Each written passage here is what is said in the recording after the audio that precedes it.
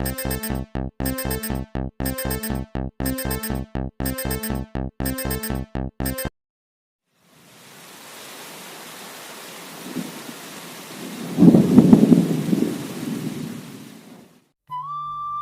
কয়েকটা দিন আমার জীবনে এমনভাবে কেটে গেল যেন সবকিছু ধীরে ধীরে আমার হাতের বাইরে চলে যাচ্ছে। প্রথমে আমি বিষয়টা গুরুত্ব দিইনি, ভাবলাম কয়েকটা ছোটখাটো সমস্যা হয়েছে, ঠিক হয়ে যাবে। কিন্তু সমস্যা কখনো একা আসে না।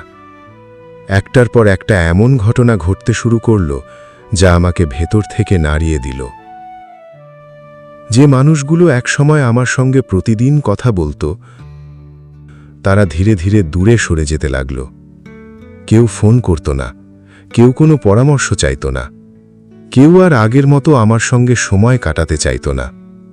প্রথমে আমি ভেবেছিলাম ওদের সমস্যা, পরে বুঝলাম সমস্যাটা আমার নিজের ভেতরেই ছিল। একদিন বাজারের রাস্তায় হাঁটছিলাম, দূর থেকে একজন পুরনো পরিচিত মানুষকে দেখলাম। আমি হাসি মুখে এগিয়ে গেলাম, কিন্তু তিনি শুধু সৌজন্যবশত হাসলেন, তারপর অন্যদিকে চলে গেলেন। সেদিন প্রথমবার বুকের ভেতর একটা অদ্ভুত শূন্যতা অনুভব করলাম। ভাবছিলাম, মানুষ কি সত্যিই এত বদলে যায়, নাকি আমি এমন কিছু করেছি যার জন্য সবাই আমাকে এড়িয়ে চলছে। সেই রাতেই অনেক দিন পর আমি নিজের সঙ্গে সত্যি সত্যি কথা বললাম। আমি একটার পর একটা ঘটনা মনে করতে লাগলাম। কোথায় কাকে অপমান করেছি, কার কথা শুনিনি, কাকে ছোট করে কথা বলেছি, কাকে গুরুত্ব দিইনি। যত ভাবছিলাম ততই বুঝতে পারছিলাম আমি আসলে নিজের অজান্তেই সবাইকে আঘাত করেছি।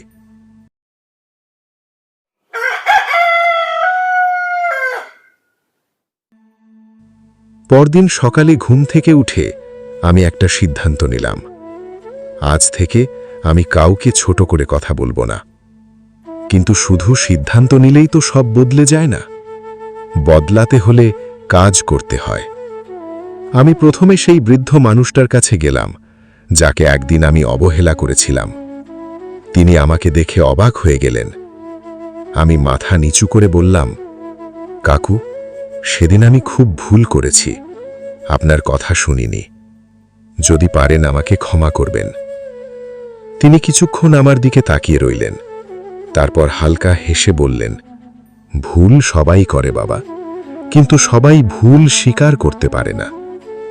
তার কথাটা শুনে আমার চোখ ভিজে উঠেছিল। সেদিন মনে হলো যেন এতদিন পরে যেন বুকের ওপরের একটা বড় পাথর নেমে গেল। তারপর আমি একে একে অনেক মানুষের সঙ্গে কথা বলতে শুরু করলাম। যাদের কষ্ট দিয়েছিলাম তাদের কাছে ক্ষমা চাইলাম। কেউ সঙ্গে সঙ্গে ক্ষমা করল, কেউ সময় নিল, আবার কেউ শুধু হাসল, কিছু বলল না। কিন্তু আমি জানতাম বিশ্বাস ভাঙতে এক মুহূর্ত লাগে, আর সেই বিশ্বাস ফিরে পেতে অনেক সময় লাগে।